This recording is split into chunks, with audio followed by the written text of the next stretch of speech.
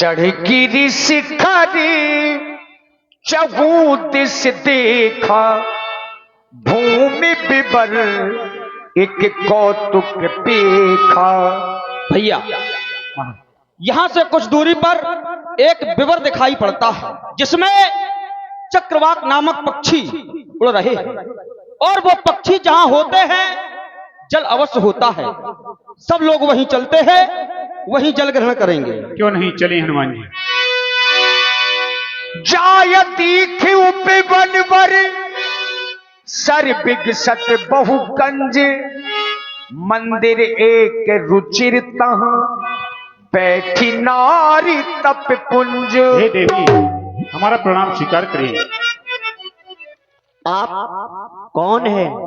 हे देवी हम अपना परिचय तो बाद में बताएंगे, पहले तो हमें ये बताइए, हम जल और फल से इतने व्याकुल हो चुके हैं, मानो ऐसा लग रहा है कि हमें जल नहीं मिलेगा तो हमारे प्राण ही निकल जाएंगे।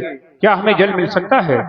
अवश्य, मेरे पीछे चले जाओ, सरोवर है और वहीं फल भी लगे हैं, चले और फल खा लेना, अपनी भूख शांत कर लेना। जय हो मैया। मज्जन कीन है मधुर फल खाए, तासु निकट पुनि सब चली आए। देखिए हनुमान जी और पूरी सेना को जब प्यास लगी तो एक गुफा में चले गए। हनुमान जी ने देखा कि पक्षी उड़ रहे हैं तो जल होगा, लेकिन जब गुफा के अंदर पहुंचे तो तपस्विनी बैठी थी। उन्होंने साधन बता दिया कि पीछे सरोवर है, जल पी लो, फल भी खाए। और हनुमान जी वापस आए, अब कारण पूछ रहे हैं कि आप इस वीरान जगह में क्या कर रही हैं। हे देवी हम ये नहीं समझ पा रहे हैं कि आप इस वन में, इस गुफा में आप अकेली क्या कर रही हैं? कौन है आप मैया? आप हमारा परिचय पूछ रहे हैं? क्यों नहीं। हम दो बहनें थी, हेम प्रभा और स्वयं प्रभा, इंद्र के दरबार में नृत्य किया करती थी। एक समय मैदारू नाम का राक्षस आया और हम दो बहनों को यहां से कुछ दूर ले गया और मुझे यहीं पर छोड़ गया, मेरी बहन को ले गया।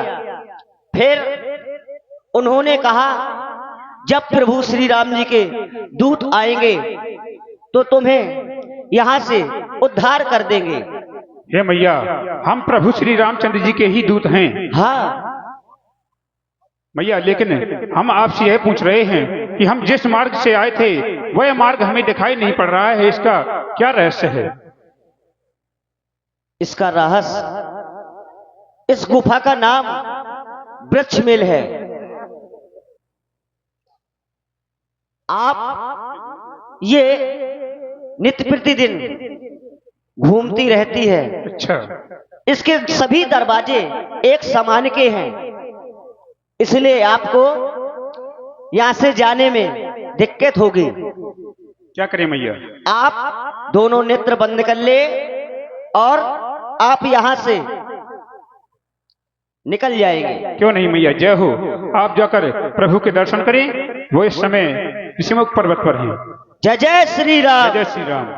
देखिए बानरों ने ज्यों ही आंखें बंद की तो तपस्विनी के तप के प्रभाव के कारण नयने मूंद पुनि देख ही बीरा, ठाणे सकले सिंधु के तीरा। सागर के किनारे बानरों ने अपने आप को पाया। देखा ना भैया, ये तपस्विनी का प्रभाव क्यों है। नहीं। तात हनुमान जी आप देख रहे हैं, कहें भैया? उस देवी के प्रभाव से हम बाहर तो निकल आए, बिल्कुल, लेकिन सामने देखते हैं तो जल ही जल दिखाई दे रहा है। अब हम आगे कहां किस तरह जाएं? लेकिन हमें ऐसा लग रहा है कि अब भा सत्य मरण हम जाना, अब हमारी मृत्यु निश्चित है। आगे जाते हैं तो इस जल में डूब करके मर जाएंगे, और पीछे जाते हैं तो हमें हमारे महाराज सुग्रीव मार डालेंगे। क्यों नहीं, बिना मैया का पता लगाए अगर वापस जाते हैं तो महाराज सुग्रीव के द्वारा हमें मृत्युदंड दिया जाएगा, और आगे जाते हैं तो ये जल है, जल में डूबकर ही मर जाएंगे। क्या करें? कुछ नहीं, यहीं पर बैठकर कुछ सोचते हैं, विचार करते हैं। दो प्रकार भई मृत्यु हमारी। ऐसा वानर लोग विचार कर रहे थे कि सागर के किनारे पर ही एक पक्षी राज था। आपने नाम सुना होगा जटायु। जटायु का भाई जिसके पंख जले होने के कारण सागर के किनारे ही बैठा रहता है गुफा में। वानरों की चर्चाओं को सुना तो बड़ी जोर से हंस पड़ा। यही विधि सकल कथा बहु भांति गिरि कंदरा सुनी संपाति।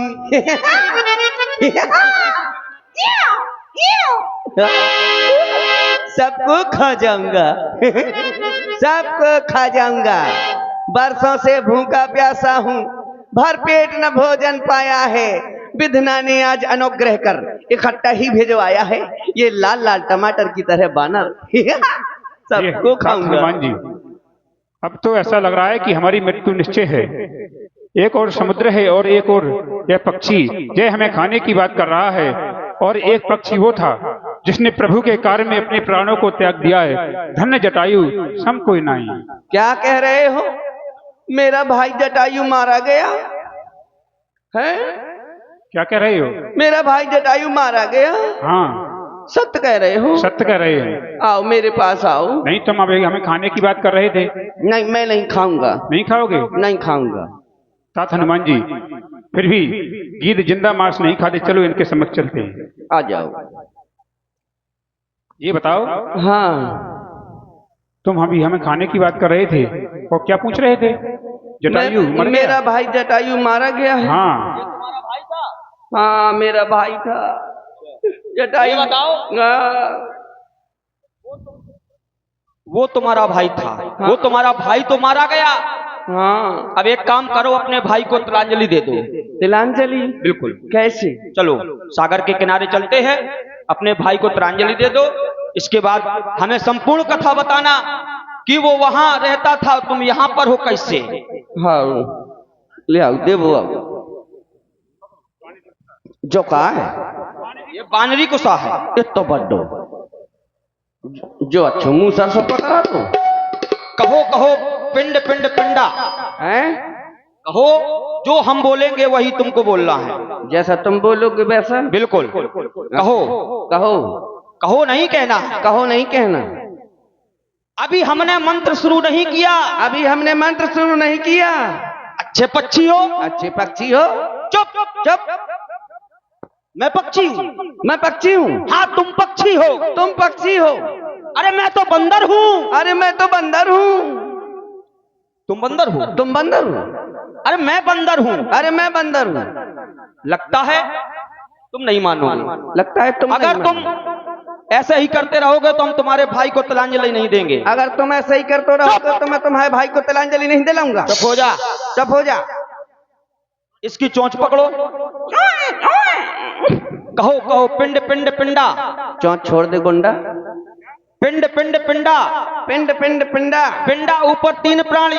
पिंडा ऊपर तीन प्राणी। लो जटायु पानी तुम मर गए हम जानी। तुम ले जटायु पानी तुम मर गए हम जानी। तुम ले जटायु पानी तुम मर गए हम जानी।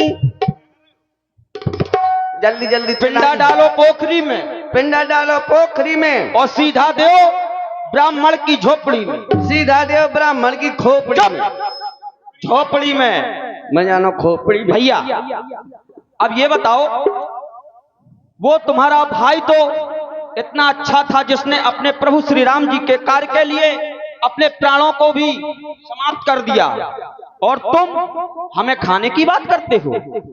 यहाँ तुम कैसे रहते हो? वो ऐसा हुआ। कैसा? एक बार मैं और मेरा भाई नौटंकी देखने को नहीं। क्या कह रहे हो? सत्य बताओ। एक बार। क्या एक बार? भूपत मन में आई। एक बार मैं और मेरा भाई जटायु, अच्छा, हम दोनों ने विचार बनाया।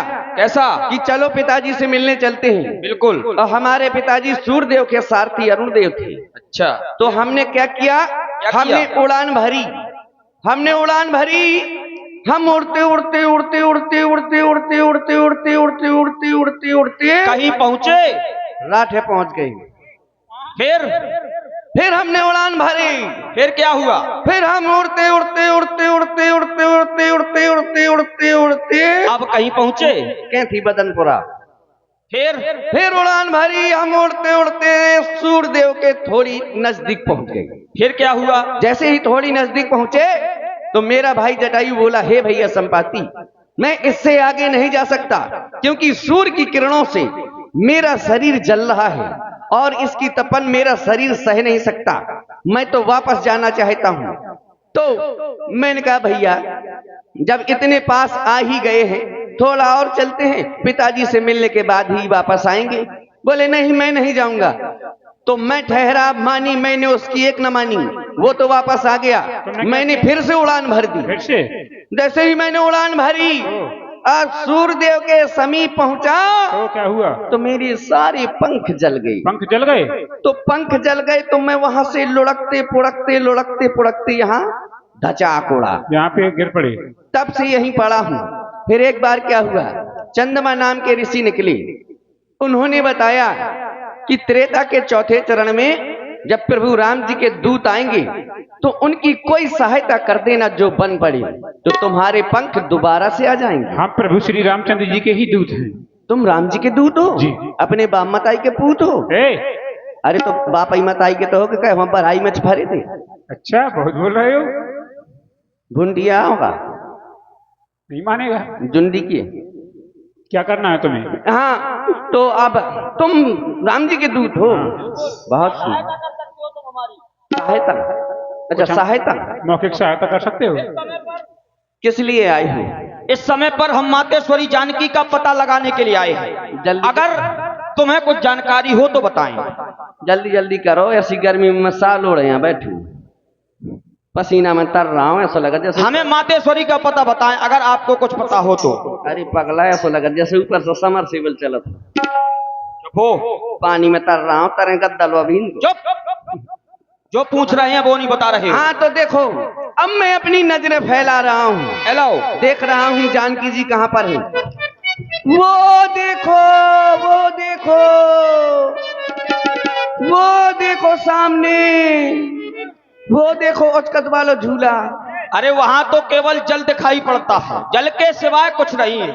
क्यों झूठ बोल रहे हो? अरे वो देखो सामने वो लंका दिखाई दी। लंका तुमको दिखाई देती है लेकिन हमको तो जल ही जल दिखाई पड़ता है। त्रिकूट समझ गया मैं। त्रिकूट ऊपर बस लंका, कहाँ रह रावण सहज असंका। मैं समझ गया। मैं देखूं तुम ना, गीत है दृष्टि अपार। बिल्कुल। हमारी दृष्टि अपार हुआ करती है, जहां तक हम देख सकते हैं वहां तक तुम नहीं देख सकती। तो भैया ये तो सत्य है, जो तुम देख सकते हो वो हम नहीं देख सकते। तो वो देखो लंका, वो देखो लंका में रावण लैंटर में कच्छा पहने टहल रहा है। चुप यार झूठ मत बोलो। इतना झूठ। वो देखो महारानी मंदोदरी रावण के लिए चाय बफे रही है। कितना झूठ बोलते हो। तुमको कुछ नहीं दिखाई दिया? हमें केवल जल ही दिखाई पड़ता है। रावण नहीं दिखा बीड़ी पियत? ये तुमको दिखाई पड़ता होगा। अच्छा तुमको कुछ नहीं दिखाई? हाँ वो देखो, वो है लंका के थोड़ी दूरी पर है अशोक वन। अशोक वाटिका में है एक अशोक वृक्ष का, एक अशोक वृक्ष है। उसके नीचे सीता जी बैठी बैठी रो रही है। ठहरो मैं आ रहा हूँ। अरे रुक जाओ रुक जाओ। अबे तो हाउ मैं ओढ़ ही नहीं पाऊं। तुमने हमारी बहुत सहायता कर दी, कम से कम बता तो दिया कि उस लंका में, सागर के उस पार लंका में मातेश्वरी हैं। हाँ लेकिन एक ये बात बताओ हम वहां पर जाएंगे कैसे? एक बात कोई उपाय है? यदि तुम्हारी सेना में कोई ऐसा वीर हो। देखिए चलते हुए प्रसंग पे हमारे शिव कुमार बब्बा जी और वह राजा भैया राजपूत जी टिकरिया आपकी तरफ से 100 मुद्रा प्रदान की गई। धन्यवाद धन्यवाद। अगर तुम्हारी सेना में कोई ऐसा वीर हो जो ये 100 योजन का समुद्र लांघकर उस पार लंका जा सके तो जरूर जानकी जी की खोज का कोई ना कोई शुभम साधन जरूर मिल जाएगा। हमारी सेना में वीर नहीं महावीर हैं। ठीक है अब आप जाओ और प्रभु के दर्शन करो। प्रभु इस समय ऋषि पर्वत पर हैं, उनके जाकर दर्शन करो। ठीक है, पंखा लगवा दो।